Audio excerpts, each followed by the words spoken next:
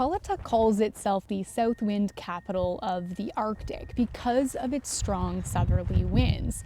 Environment Canada clocked gusts of up to 80 kilometers per hour here during a recent wind warning, and even now it's a bit windy.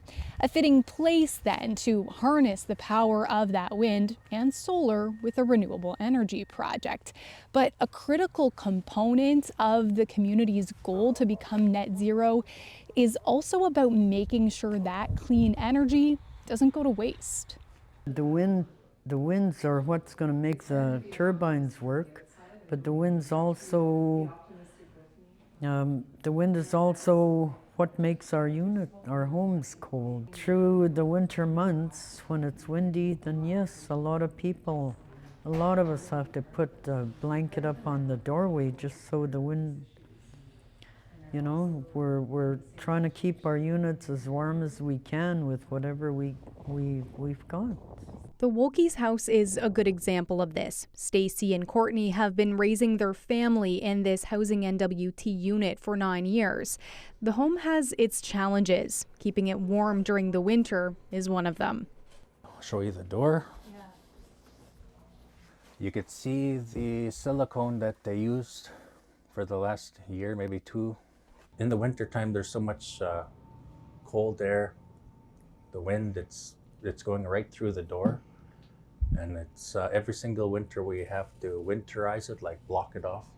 Before they put the silicone, you could actually, when you look through the seams, you could see the outside and you could see there's so much space and the cold air coming in. Lillian Green, who you met earlier, talked about these challenges at an energy systems course in Paulatuk recently. The Paulatuk Energy Working Group says it is something they're working on. Glad Lily brought it up. The idea of feeding natural energy to a wasteful, inefficient home, no good. We want to help our local people have better homes, more efficient homes.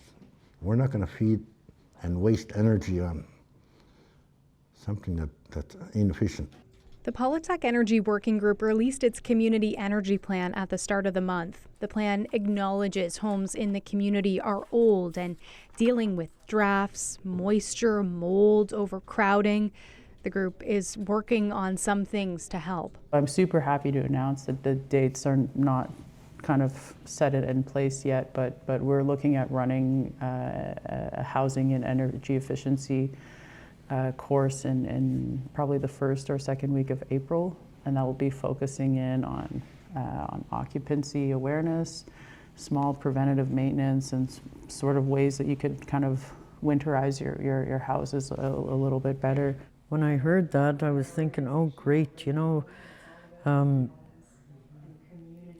if people were given the tools, the material, and being taught, you know, anything that can help them with lowering the cost of their power bill any month, and you know, I'm all for that. I'm excited for that.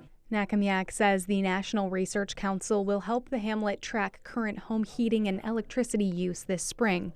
In the meantime, geotechnical testing continues on the chosen site for a wind turbine, a turbine that could be installed by 2028. Liny Lamberink, CBC News, Paulatuk.